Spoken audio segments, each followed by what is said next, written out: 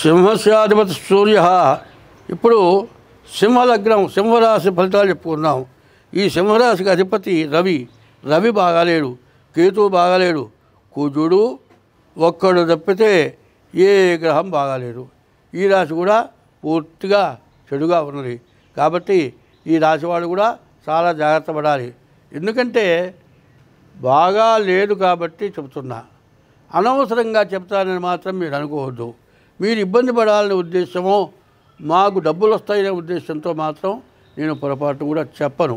కారణం ఏంటంటే 9 గ్రహాల్లో మరి ఏ గ్రహం బాగుంది అంటే ఒక్క కుజుడే బాగున్నాడు.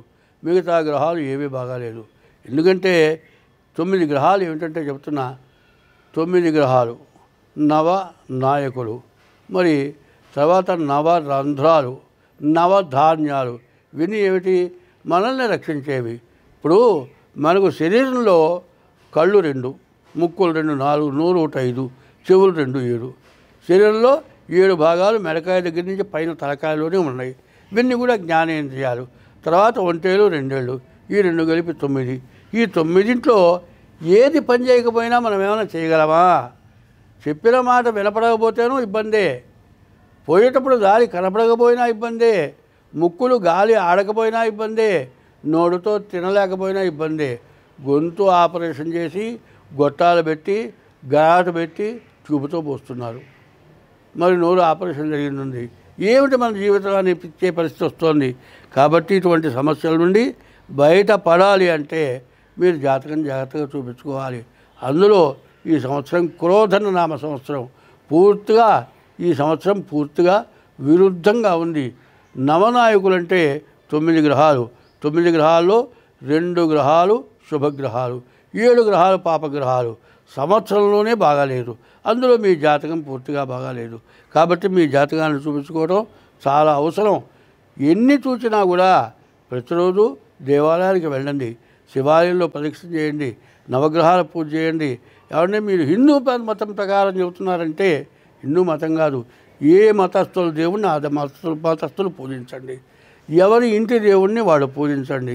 తల్లిదండ్రులను ఎప్పుడూ పూజించండి. ఎవరిని హింసించబాకండి, భార్యని హింసించకండి. ఎప్పుడు కూడా తల్లిదండ్రులను ఇబ్బంది పెట్టబాకండి. ముందు వాళ్ళు తిన్న తర్వాత మీరు తినండి. ఇట్లాంటి పనులు ఎవరైతే చేస్తారో, ఏ మతమైనా తల్లిదండ్రులకు అన్నం పెట్టొద్దని ఏమైనా చెబుతుందా? మరి భార్యని హింసించమని ఏ మతమన్నా చెప్పిందా? మరి దేవుణ్ణి నీ దేవుణ్ణి పూజించు, నీ దేవుణ్ణి గొప్పగా చూడు, ఇతర దైవాన్ని నిందించమని ఏ మతం మాత్రం చెప్పలే. మరి నీ సొంతమైనటువంటి మాటలు పెట్టుకొని నా దేవుడు గొప్ప, నీ దేవుడు తక్కువ, మొట్టమొదటి దేవుడు నా దేవుడే, నీ దేవుడు మా గొప్ప దేవుడు కాదు అని విమర్శ చేసినట్లయితే నీ దేవుణ్ణి నీవు పూజించినటువంటి సత్ఫలితాన్ని కోల్పోతావు. కాబట్టి ఈ రాశి వాళ్ళు ఏం చేయాలి? ముందు మీ డేట్ ఆఫ్ బర్త్ ద్వారా కానీ లేక మీ హస్త సాముద్రికం ద్వారా కానీ మీ జాతకం చూపించుకొని తగిన శాంతి చేయించుకోండి. ఇక్కడ 3 రకాలు జరుగుతాయి. మీరు దేవుణ్ణి మీ సొంతగా మీరు పూజించడం, 2 జాతకం చూపించడం, గ్రహాల యొక్క శాంతి చేసుకోవటం. ఈ 2 కాక మూడవది ఏమిటా అంటే కుటుంబంలో తల్లి తండ్రి భార్య పిల్లలు ఉన్నారంటే ఇందులో ఒకళ్ళైనా దుర్మార్గులు అవుతారు.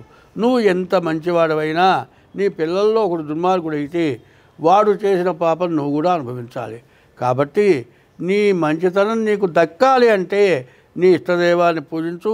తర్వాత ఏ గ్రహానికి ఒక్కో గ్రహానికి ఒక్కొక్క దేవుడు ఉన్నాడు.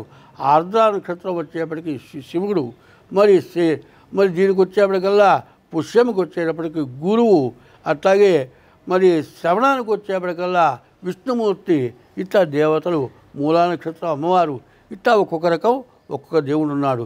ఇట్లా ఒక్కొక్క దేవుడికి ఒక్కొక్క రకం గ్రహానికి ఒక్కొక్క దేవుడికి పూజ చేస్తాం. అటువంటి పూజల్లో మీరు పాల్గొనాలి అంటే మీ జాతక చక్రం వేయించుకొని మీకు ఏ రకంగా పూజలు చేయాలో చెప్తే అడిగితే దాని ప్రకారం మీకు తగిన ద్రవ్యం తీసుకొని మీ చేత ఆ పూజలు చేయిస్తాము. మీకు అన్ని విధాలా బాగుంటుంది. స్వస్తి.